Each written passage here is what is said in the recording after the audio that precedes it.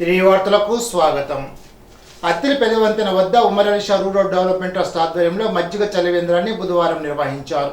ఉర్దలపాలెం గ్రామానికి చెందిన దాసం కేశవ జయప్రకాష్ కుటుంబ సభ్యుల సౌజన్యంతో చలివేంద్రాన్ని నిర్వహించారు.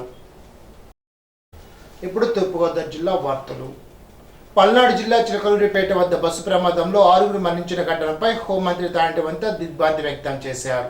మృతి చెందిన వారి కుటుంబాలకు హోంమంత్రి ప్రగాఢ సంతాపాన్ని తెలిపారు. క్షతగాత్రులు త్వరగా కోలుకోవాలని ఆమె ఆకాంక్షించారు.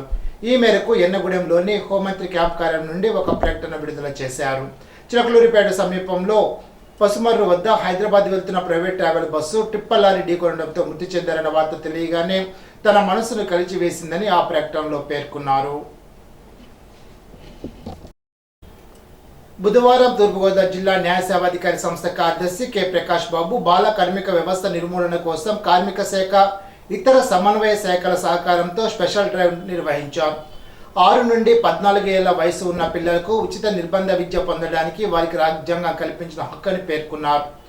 ఈ వయసులో ఉన్న పిల్లలను కార్మికులుగా మార్చడం చట్టరీత్యా నేరమని, అలా చేస్తే కఠిన చర్యలు తప్పవని తెలిపారు.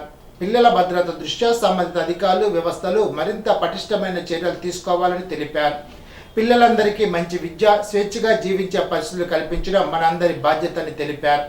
కార్యక్రమంలో భాగంగా కొన్ని బృందాలను ఏర్పరిచి పట్టణంలో పలు ప్రాంతాల్లో తనిఖీ చేసేందుకు ఆదేశాలు జారీ చేశారు. ఈ తనిఖీలకు సంబంధించిన నివేదికను జిల్లా న్యాయ సేవాధికారి సంస్థకు అందించాలని అన్నారు. కార్యక్రమంలో ICDS PD K Vijay Kumari, DEO Vasudevarao, MEO Dilip Kumar, CWC chairman Suryaprabhavathi, కార్మిక శాఖ అధికారులు, డిసిఆర్బి సిబ్బంది, ఎన్జిఓ సభ్యులు పాల్గొన్నారు. ఇప్పుడు ఏలూరు జిల్లా వార్తలు. ఏలూరు జిల్లాలో నిర్వహించిన ఓటర్ అవగాహన చైతన్య కార్యక్రమాలు ఈ నెల 13న జరిగిన సార్వత్రిక ఎన్నికల పోలింగుల్లో ఓటింగ్ శాతాన్ని గణనీయంగా పెంచేందుకు దోహదం చేశాయి. 2019 సాధారణ ఎన్నికల్లో రాష్ట్రంలో 79.77% పోలింగ్స్ నమోదు కాగా, ఉమ్మడి పశ్చిమ గోదావరి జిల్లాలో భాగంగా ఉన్న ప్రస్తుత ఏలూరు జిల్లాలో 7 అసెంబ్లీ నియోజకవర్గాల్లో 83.67 ఓటింగ్ శాతం నమోదు కాగా, ప్రస్తుత ఎన్నికల్లో తుది గణాంకాలు సంకలనం పూర్తయ్యేసరికి పోస్టల్ బ్యాలెట్తో కలిసి దాదాపుగా 84.82% ఓటింగ్ పెరిగింది. భాగస్వామికంతో ఏలూరు జిల్లాలో విస్తృతంగా నిర్వహించిన స్వీప్ కార్యక్రమాలు ఇందుకు దోహదం చేశాయి. జిల్లా కలెక్టర్ వై ప్రసన్న వెంకటేష్ 2019 సార్వత్రిక ఎన్నికల పోలింగ్ శాతం దృష్టిలో ఉంచుకొని ఈ ఎన్నికల్లో పోలింగ్ శాతం పెంచే లక్ష్యంగా జిల్లాలో 90 రోజులు నిర్విరామంగా ఓటర్ అవగాహన కార్యక్రమాలు అమలు చేసే భాగంగా ఓటర్స్ టు రౌండ్ ఇంప్లిమేషన్ ప్రణాళికను ఆమోదించి స్వీట్ నోడల్ ఆఫీసర్గా జిల్లా గ్రామ పంచాయతీ అధికారి తూతిక శ్రీనివాస్ నియమించి కంట్రోల్ రూమ్ ద్వారా పర్యవేక్షించారు. గడిచిన 5 ఏళ్ల పాటు అవినీతి అక్రమాలు ప్రశ్నిస్తే దాడులు చేయడమే లక్ష్యంగా సాగిన వైసీపీ పాలనలో ఎన్నో కష్టాలు ఎదుర్కొన్న తమ జీవితాల్లో తాజాగా ఆనందాలు వెల్లివిరుస్తున్నాయని పలువురు దెందులూరు నియోజకవర్గ ప్రజలు తెలిపారు. దుగ్గిరాలలోని నియోజకవర్గ కార్యాలయంలో బుధవారం నియోజకవర్గంలోని పలు గ్రామాల నుండి వచ్చిన నాయకులు, కార్యకర్తలు, ప్రజలు మర్యాదపూర్వకంగా కలిసి పుష్పగుచ్చాలు అందించారు.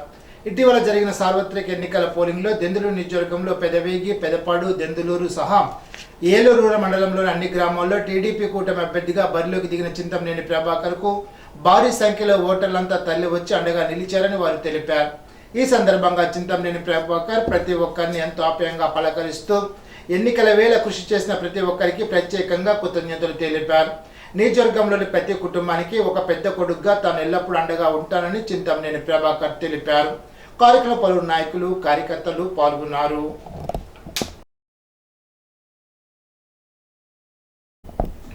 జంగారెడ్డిగూడెం మండలం లక్కవరం ఆర్బీకేలో గోను సంచుల కొరతలో రైతులు ఇబ్బందులు పడుతున్నారు.